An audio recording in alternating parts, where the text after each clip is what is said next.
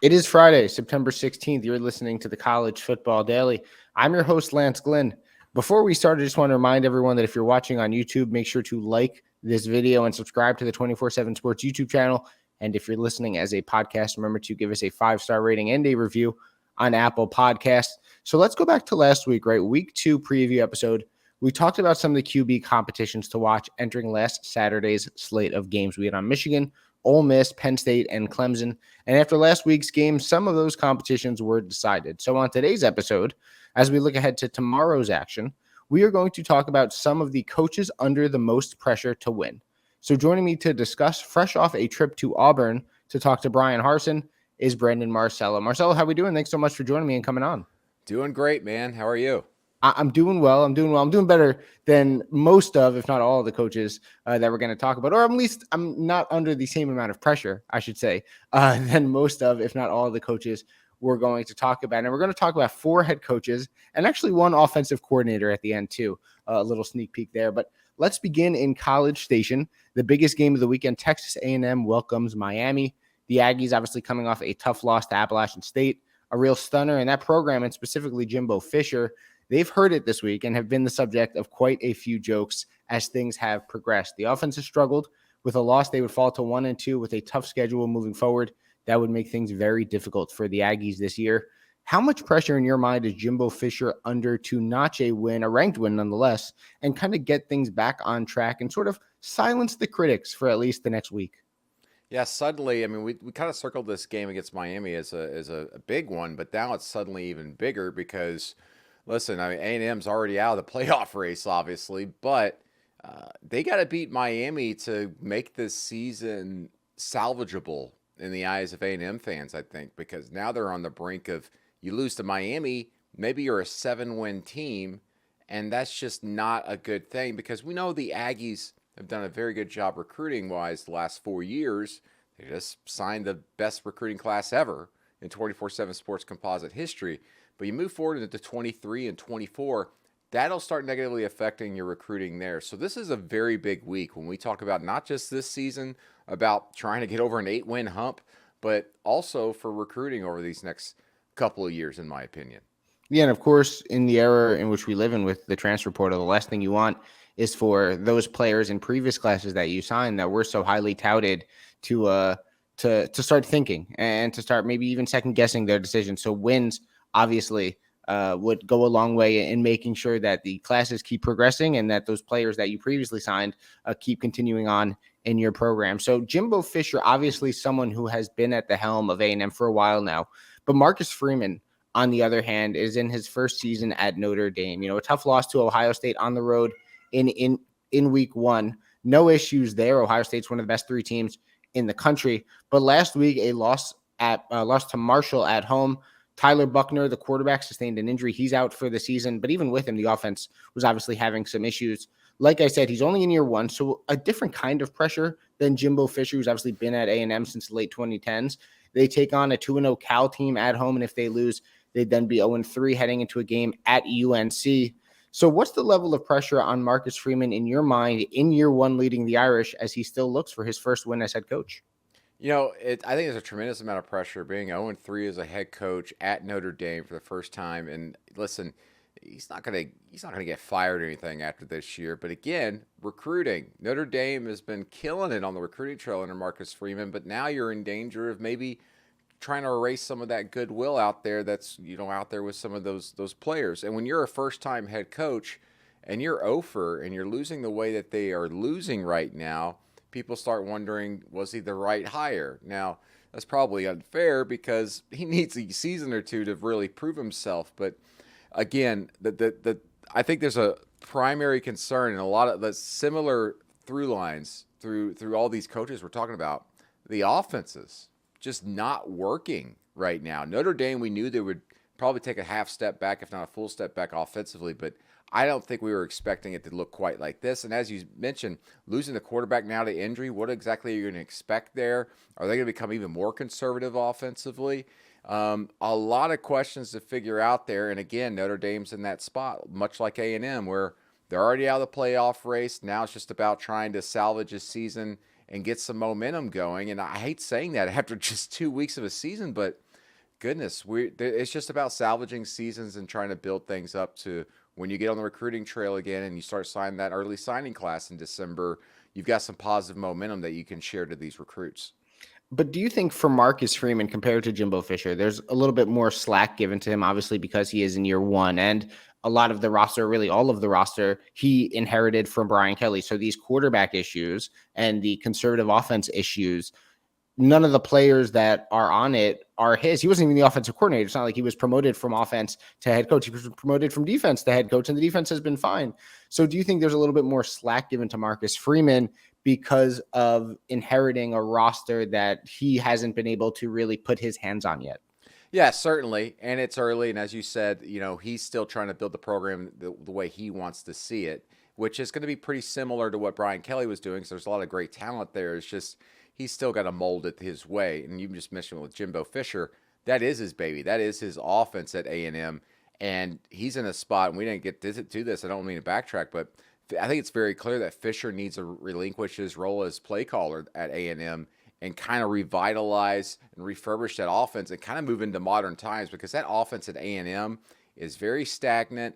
The criticism with it has always been they just don't stretch the field. They don't use tempo very much, and that really hurts them, especially considering just how talented A&M is on the perimeter and has been for several years. Even at Florida State previously under Jimbo Fisher. That's been the knock on him. Spread it out a little bit, throw the ball, put some tempo out there, and for whatever reason, he just won't do it. And I think he's got to make a change. He's got to get with the times. He's got to give up play calling, because if he continues to do this, there will be more losses, not just this season, but next year. Because next year in 2023 at A&M, that really is their window to be in the playoff and get to a national championship game. And they keep doing things the way they're doing in offense there at A&M under Fisher. They're not going to get there, because they're going to have some very flat performances offensively. Yeah, well, you have two coaches at two different stages in their tenures at their respective programs, Freeman at Notre Dame, Fisher at Texas A&M, but nonetheless, two coaches under pressure, both of whom could use wins this upcoming week. We're going to take a quick break, and on the other side, talk about a few more coaches under pressure heading into week 3. You're listening to the College Football Daily. Joined here on the College Football Daily by Brandon Marcello to discuss the coaches under the most pressure entering week 3. And Brandon, you took a trip to Auburn to talk with Bryan Harsin this week. You can find Brandon's conversation with the Auburn head coach on this podcast feed, as well as on the 24/7 Sports YouTube channel. Auburn's 2-0, but coming off a much tighter win than expected against San Jose State last week. They welcome in Penn State on Saturday for a huge non-conference matchup for both teams. And we know everything Harsin went through this offseason. That only amplifies, I think, the importance of a game like this against a ranked Big Ten opponent. How do you judge the importance of this game for Harsin and for Auburn moving forward heading into SEC play next weekend? They need positive momentum at Auburn. They haven't had that in several years, dating back even to the later days of the Gus Malzahn era. Harsin needs a victory to kind of get something going there, as far as just, here's my identity. The team has adopted it, and now it's leading to actual wins and big victories. They haven't had that yet there. And he's only 15 games into his tenure. This will be his 16th game. But, I mean, the conversations around that program, when I was down there for a couple of days, it's a lot of people expect him to be fired after this season, almost regardless of what happens, because so many people want him out. They don't feel like he's a good fit or whatever. And it's quite fascinating that there's this belief out there that he's going to be fired, especially if they have like a 500 season. Now, if he has a 10-2 season, I think that changes the conversation a little bit. But I think a victory here can give him some positive momentum on the recruiting trail, because that's been the big sticking point for a lot of fans and the boosters there. Recruiting has been pretty dreadful. I think right now they rank 62nd nationally in the 24/7 Sports Composite for the 2023 recruiting class, which is, I believe, last in the SEC, if not second to last. They've got to get some momentum going there. And he even told me, he goes, once we start winning and they see what this can be and should be, people will start wanting to come here more. And so he's got to get that win. I think this is a huge, huge moment for him. Auburn opens the season here with 5 straight home games. That's insane. But they got an opportunity here to start 5-0. The problem is, back half of this schedule is loaded with top 15 teams, and a lot of them are on the road, And of course, they have to go to Tuscaloosa for the Iron Bowl to end the regular season. They also have to go to Georgia after this 5-game homestand. So it is very important that they build momentum here early in the season, starting with this Penn State game. Because you lose to Penn State, then all of a sudden you could potentially have 2 losses, maybe 1 loss going into that back half of the schedule. And that back half of the schedule is, again, brutal. Remember, Auburn last season finished the year 0-5.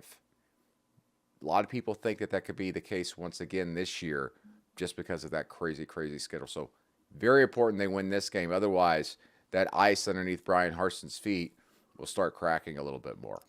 And from what Auburn has coming up and from what they did the last 2 weeks, beating, I think it was Mercer in week 1, and then obviously, like I said, only a 24-16 win against San Jose State last weekend, is there a little bit more angst or anxiety from what you felt being on campus, talking with the head coach surrounding this game against Penn State, knowing how important it is for the remaining part of the schedule? Because like you said, they start off with 5 straight home games, but then that back half is really difficult. So they need to rack up wins now. And a loss here would, I think, kind of set them back and make that second half just that much more tougher.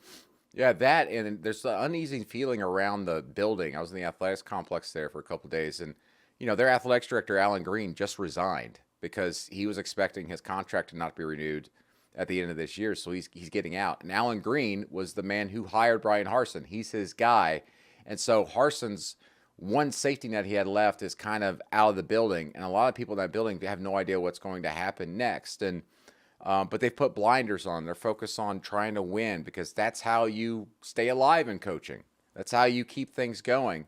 And this is a pivotal moment. I think this is, I hate using the word because it's used a lot these days, but this is an inflection point for Auburn football, and for that matter, more importantly, for Bryan Harsin. Because if he loses this game, the narrative not only doesn't change, but it'll go down a deeper and darker path, because then the rumors, the murmurs will start heating back up. And as you said, back half of the schedule is brutal. And yet still, even with this 5-game homestand, they still have to bring in LSU near the end of it. And to me, you cannot lose both of those games at home, LSU and Penn State. At the very least, at the very worst, you can split them and then maybe get into the back half of the schedule and still finish above 500. So yes, this is a pivotal game. I would argue this is the biggest game of the Bryan Harsin era, and one that can turn things around or keep it going down the trajectory it's going right now, which is those boosters working behind the scenes that were trying to get him fired and ousted back in January and February. They're still working. They're waiting to pounce. And I assure you, they will pounce at the end of the season if things go awry. So, Brandon, last one, and we're going to actually, for this one, combine father and son here. And we're going to talk about the Ferentzes as a whole. Iowa head coach Kirk Ferentz and his son, offensive coordinator Bryan Ferentz. So Iowa so far, they've scored 14 points through 2 weeks. They're 1-1 coming off a 10-7 loss to rival Iowa State in the Cyhawk game. Of those 14 points, only 10 of them have come via the offense. The other 4 coming off of 2 safeties. Things need to change for Iowa soon. Otherwise, the discontent surrounding specifically Bryan Ferentz will continue to grow quickly. They, I'm sure to the dismay of many Iowa fans, are starting Spencer Petras this weekend against Nevada. I mean, look, talk about pressure, right? This weekend is as good, in my opinion, as good an opportunity as any for the Hawkeyes to finally do something offensively against the Nevada team that just gave up 55 points to Incarnate Word. So it's like, if not this weekend for Iowa, then when? Because Big Ten play starts week 4. Something needs to change now for Kirk Ferentz, Bryan Ferentz, and this Iowa offense. If Iowa does not score 30 points against Nevada, then it is completely broken there. And Spencer Petras, as you mentioned, I believe he's thrown 1 touchdown pass in the last 10 games. And has thrown, I think, 11 interceptions during that time. Something like that. But it's been 1 touchdown pass, I know, the last 10 games. Crazy. And that offense has always been like that under the Ferentzes and with Bryan Ferentz. Again, it's worse than what's going on at Jimbo Fisher and Texas A&M. They have got to change things at Iowa offensively. I mean, Kirk Ferentz, very successful. They always are in the thick of things, it seems like, every other year. But it's so stagnant at this point. How does that affect recruiting? And they just got a commitment from a quarterback that they really like, and they got some dual threat guys there that they're trying to bring in. But I don't know if Iowa's offense can ever be exciting. It is what it is. It isn't like I don't know if he can just change overnight, Kirk Ferentz. So get that offense going a little bit. If you can't get it going against Nevada, something is very, very wrong with you. And listen, the criticism from the fans and the media is very much warranted with Kirk Ferentz. And I also think he's probably handling this the completely wrong way by almost being defiant. In fact, this week he said that that there's even people on his own staff that don't believe Spencer Petras should be the starter, but I'm going to start him anyway. It's just, I guess it's good to be the king and have a program that you've built pretty much and have been able to win in the Big Ten, but I think he's driving down the wrong lane of the highway right now, so to speak. He's picking his battles incorrectly at this moment. Yeah, well, look, it's good to have some sort of leeway too if you're Kirk Ferentz. I mean, what he's built there at Iowa, I think people are definitely giving him the benefit of the doubt. But I also don't think it helps that the offensive coordinator shares the same last name as the head coach. Now, what does that mean? I mean, we can only infer. That amplifies it so much more because it's he's not only your guy, he's a family member, so it's going to make you even less likely to make a change. But the thing is about coaching, if push comes to shove, I mean, coaches will fire their own wives, if they have to from a staff, and let alone their own brother. And listen, we've seen that happen with the Stoops brothers and others across the country. So, but the thing is I don't see how it can get any worse. So it's like, even if it gets slightly better, is that enough? I don't think so. They've got to change things there. I'm not saying revolutionize the offense and start, throwing the ball 45 times a game, but do something. You got to change it up a little bit. Modernize. Yeah, we can only imagine what the reporters will be typing away on late Saturday, early Sunday if Iowa against Nevada only puts up 2 scores, only puts up 17 points heading into Big Ten play. Things are going to be rough in Iowa City if that happens. So 4 head coaches and an offensive coordinator too, all under pressure to win here in week 3. Texas A&M takes on Miami, Notre Dame takes on Cal, Auburn, Penn State, and Iowa takes on Nevada. Will all 4 head coaches rise to the pressure and notch week 3 wins? Well, I guess only time is really going to tell for all 4 of them and for Bryan Ferentz too. Brandon, as always, thanks so much for coming on. Really appreciate you joining me. Hey, no problem. Remember to like this video and subscribe to the 24/7 Sports YouTube channel. And if you're listening, make sure to give us a 5-star rating and a review on Apple Podcasts. For Brandon Marcello, I am Lance Glinn. Enjoy your week 3 of college football, and thanks for listening to the College Football Daily.